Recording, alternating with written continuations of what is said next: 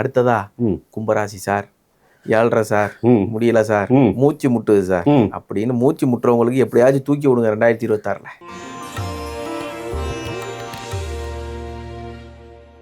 தூக்கி விட்டுமா? அதான் சொல்கிறேன் நான். முதல்ல ஒரே ஒரு தகவல் மட்டும் சொல்லிடுறேன். எப்பொழுது ராசிக்குள் இருந்து 2ஆம் இடத்திற்கு சனி போகிறாரோ அந்த நல்ல காலம் தான். இப்போ மார்ச் மாதம் கும்பராசியை விட்டு சனி வந்து மீனத்துக்கு போகிறாரு, நட்பான வீட்டுக்கு தான் போகிறாரு. இப்போது 3, 7, 10ஆம் பார்வை இருப்பாருங்க. இப்போ அவருடைய பார்வையில் எங்கே இருக்குது? இனிமேல் 4ஆம் இடத்திற்கும் 8ஆம் இடத்திற்கும் 11ஆம் இடத்துக்கும். இப்போ 8ஆம் இடத்தை குரு பார்க்கணும் போது என்ன ஆகுன்னா, மறைந்து கிடந்த செல்வங்கள், திடீர் அதிர்ஷ்ட வாய்ப்புகள் இப்போது கும்பராசினருக்கு நிச்சயமாக வரும். சாமர்த்தியமானவங்க இப்போ வரும். 11ஆம் இடத்தையும் சனி பார்க்க போகிறார். அப்போது வரவிற்கு குறைவு இருக்காது. கடந்த காலத்தில் தொழிலில் ஏற்பட்ட தடைகள் விலகி இப்பொழுது வரவு ஏற்படக்கூடிய நிலை கும்பராசிக்கு இருக்குது. என்னன்னா, இந்த 7.5 சனி காலகட்டத்தில் முதல் 5 ஆண்டுகளை விட கடைசி 2.5 ஆண்டுகள் யோகமாக இருக்கும். நிறைய பாடத்தை கொடுத்துருவாங்க. போகும்போது சனி கொடுத்து தான் போவார். அப்போது இந்த காலகட்டத்தில் ஒரு சொந்த வாகனம் வாங்கிறது, வீடு கட்டுறது, புதிய வீட்டுக்கு குடி போகிறது, புரியுங்களா, இது போன்ற நிலைகள் எல்லாம் இருக்குது. கையில் பணப்பழக்கம் இருக்கும். திருமணம் சார் வரேன் சொல்லிடுறேன். அது அப்போ சொல்லிடுறேன் உங்களுக்கு.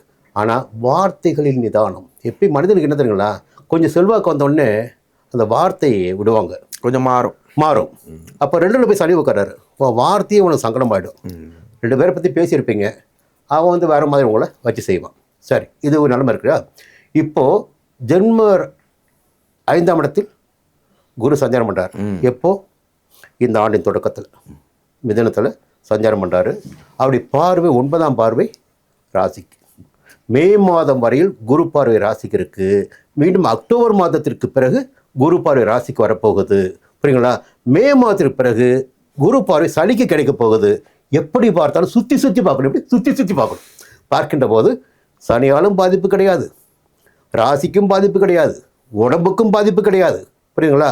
உங்களுடைய வீட்டில் உங்களுக்கு எல்லாமே நன்மைகள் நடக்கும்.